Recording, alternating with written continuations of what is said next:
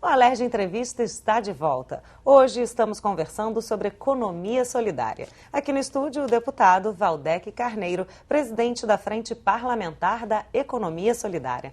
Bom, deputado, vamos continuar aqui com o nosso assunto, né? E agora eu gostaria de falar um pouquinho sobre o Conselho Estadual de Economia Solidária, que inclusive o senhor participa, né? É verdade. E eu gostaria que o senhor falasse sobre o Plano Estadual de Economia Solidária, que foi apresentado pelo Conselho. Isso, muito bem.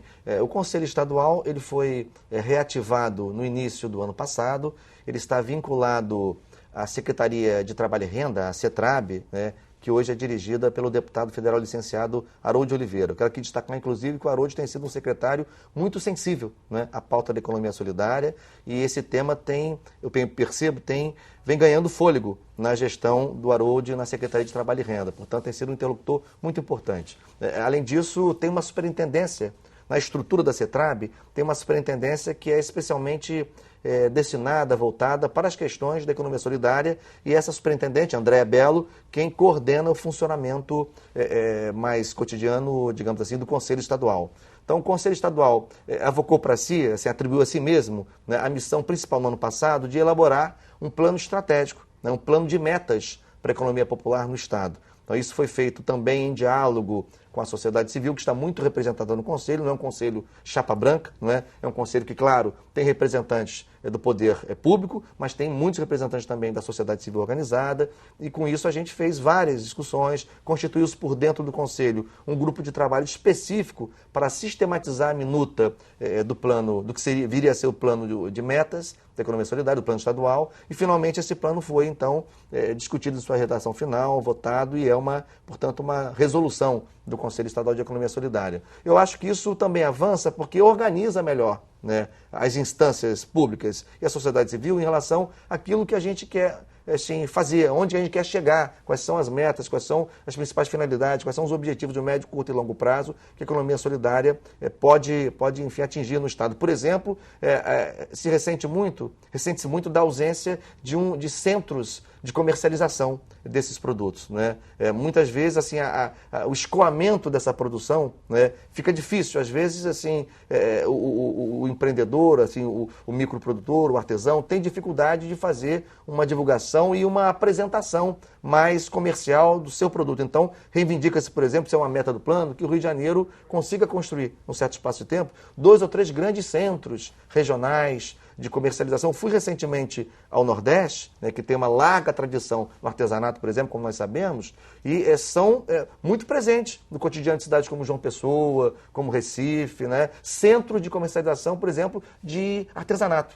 Então, a gente precisa avançar nisso no Rio de Janeiro, já que nós temos também uma produção muito grande. Então, o Plano de Metas fala disso. Como que o Estado pode avançar, que passos podem ser dados.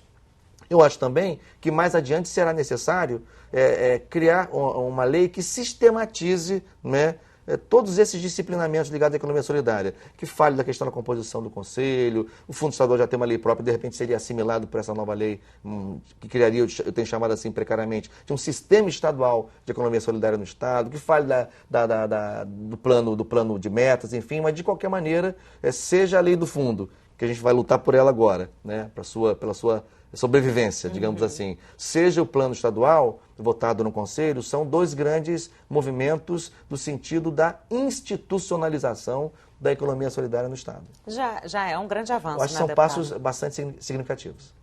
Agora, os planos municipais, eles devem seguir o plano estadual ou cada cidade deve seguir a sua vocação, né? Porque cada cidade tem uma necessidade também. Claro, o plano estadual, como eu disse, não é uma lei, é uma resolução do Conselho Estadual. Então, ele não tem força de lei. São diretrizes mais gerais, são metas mais gerais que os municípios fluminenses podem, cada um a seu modo, de acordo com suas características, também se orientar por elas. A Frente Parlamentar tem circulado pelo Estado, fazendo audiências públicas. E nessas audiências, para as quais a gente convida sempre, entre outros atores, as autoridades municipais, prefeitos, secretários, enfim, a gente tem estimulado que as prefeituras e que os municípios, perdão, organizem também, assim, como eu disse, nas suas câmaras, as suas frentes parlamentares, formadas por vereadores e vereadoras, organizem um conselho, muitas vezes o município ainda não tem um conselho municipal para tratar especificamente das políticas de economia popular, estimulando que a sociedade civil também se organize. Em fóruns, eu tenho comparecido, quando não posso, outros parlamentares, outros representantes da frente vão também, mas assim, vários municípios têm inaugurado fóruns populares de economia solidária, né? É muito importante que aqueles que participam também possam passar para vocês, né? Como funciona, claro. todo o sistema, né?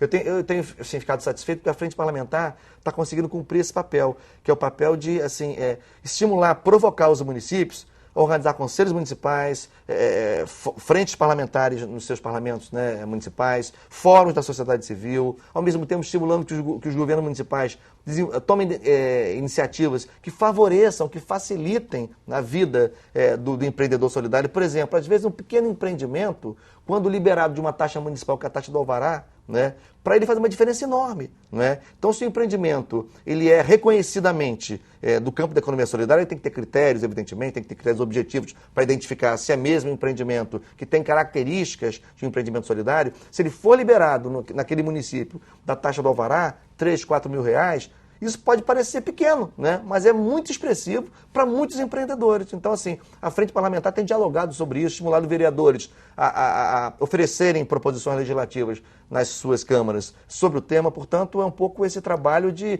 conversar, dialogar e de fazer o Estado do Rio de Janeiro se reconhecer como um espaço importante, né? É um estado de criação, é um estado de vanguarda, é um estado que tem tradição nos movimentos populares, então tem tudo para que o campo da economia solidária se consolide. Bacana. Agora, quais são os critérios para um empreendimento ser solidário? Né? Por exemplo, a questão a preocupação com a sustentabilidade, a questão da distribuição dos lucros, não ter exploração no trabalho, né? Enfim, ou seja, são características que diferenciam o empreendimento de um empreendimento, vou dizer assim, capitalista convencional. Né? Então, um pouco isso. Esses empreendimentos têm algum incentivo fiscal, então, alguma questão tributária a favor? Pois é disso que eu estava falando, é justamente isso. Assim, como muitos incentivos são de parte do município, né? Isso varia muito de acordo com a política local. Por isso que a gente tem estimulado os municípios a ter na estrutura dos seus governos pode não ser uma secretaria, mas uma estrutura administrativa qualquer, um departamento, uma superintendência, uma coordenadoria que trate da economia solidária, que possa ser, digamos assim, um interlocutor do poder público municipal com o empreendedor solidário para buscar saber quais são as demandas, quais são as iniciativas que o município pode empreender em favor desse setor. Então, assim, a gente tem estimulado isso também. Recentemente, nós fizemos uma audiência pública grande e estivemos com vários secretários de governo municipais e falamos sobre isso. Quais são as iniciativas da órbita do município, da alçada do município, que podem ser tomadas para favorecer, né, esse campo. Né? Agora, deputado, em uma época de crise, né, que a gente está vivendo, o senhor acredita que a economia solidária ela pode criar soluções para os problemas financeiros no mundo moderno? Então, olha só, eu acho que o Estado do Rio de Janeiro vive uma crise muito grave, como a economia brasileira de modo geral. No nosso caso, a crise provavelmente repercute com maior intensidade, né, do que nos outros estados da federação, porque nós criamos, a meu ver, uma lamentável dependência da economia do petróleo, né, ao longo de muitas décadas. Então, assim, e muitos municípios que desenvolveram essa dependência e que foram muito aquinhoados por recursos oriundos da economia do petróleo, não tiveram a capacidade, muitos deles, de, aproveitando esses recursos, que foram poupudos durante um certo tempo, de, assim, abrir novos flancos de desenvolvimento econômico, outras vocações, explorar outras vocações. Alguns acabaram ficando num certo padrão, talvez, de acomodação. Né? Veja a consequência que isso está tendo agora. Veja a consequência que isso está tendo agora. Então, eu acho que a crise também, que nos atinge duramente, né, o governo do Estado enfrenta, como nós temos, enormes dificuldades, inclusive para lidar com a folha dos seus servidores, por exemplo. Né?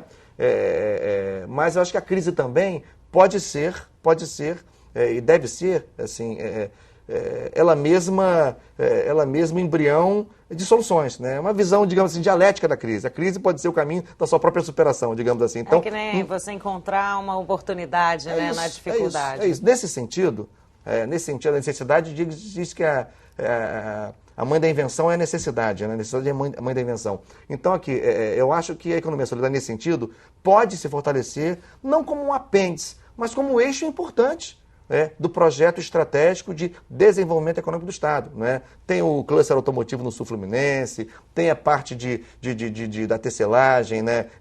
Na Serra, tem, claro, ainda tem a economia do petróleo, que a gente espera que se recupere e tudo mais, mas pode ter também um veio importante que envolve hoje dezenas de milhares de pessoas de coletivo no Estado, que é o veio da economia popular, que mexe com atividades, como eu mencionei para você. Atividades importantes, agricultura familiar, catadores, artesanato, pesca artesanal, cooperativas de finanças solidárias, portanto, tem várias possibilidades. Então, eu acho que a crise, né, também abre mais os olhos, ou pode abrir mais os olhos para que se perceba a economia solidária, não como apenas uma feirinha numa praça. As feiras são importantes. Falo feirinha com o maior carinho aqui.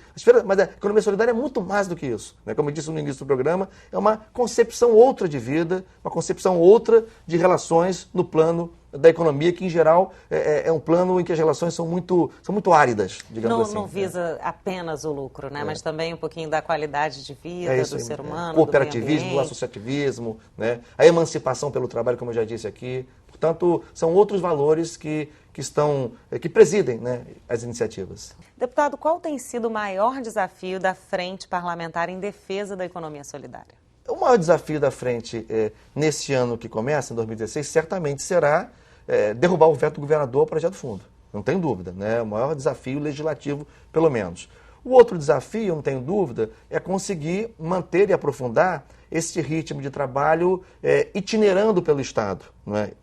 Em algumas vezes, assim, a estrutura de comunicação da Leste cobriu audiências da economia solidária, da frente parlamentar. Então, acho que um outro desafio é nós conseguir continuar tendo fôlego para circular por regiões do Estado em que a gente ainda não fez audiência pública, continuar estimulando através da Assembleia Legislativa, que tem um peso sobre o Estado, né? As câmaras municipais e os governos locais, a também desenvolverem políticas afirmativas, né, que favoreçam, que fortaleçam a economia solidária. Então, assim, e eu acho que no médio prazo, não sei se para esse ano, mas no médio prazo, estudando com calma o que já existe de disposições legais, tentar preparar a exemplo do que tem na cultura. Voltamos no ano passado, inclusive, aqui, a lei do Sistema Estadual de Cultura, eu até fiz várias emendas, tentar preparar um projeto de lei mais, digamos, substancioso, que organize aquilo que eu chamo de um sistema estadual de economia solidária no Estado, que fale, portanto, do conselho, que fale do plano, que fale do fomento, que fale do assessoramento técnico, enfim.